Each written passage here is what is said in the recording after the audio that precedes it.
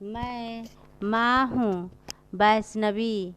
मैं अपने बच्चों का कल्याण चाहती हूँ और इसी उद्देश्य से एक परम सत्य आप लोगों से बताना चाहती हूँ। आप ध्यान से सुनिए।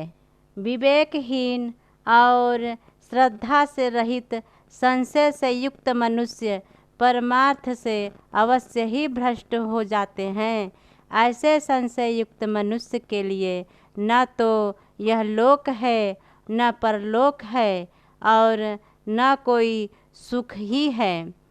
हे मनुष्य, इस सत्य को कोई भी व्यक्ति झुठला नहीं सकता।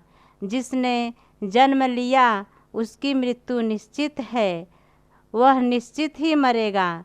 अगर कोई मरना नहीं चाहता है तो उनको अमरता का वरदान प्राप्त करना होगा अथवा अमृत पीना पड़ेगा।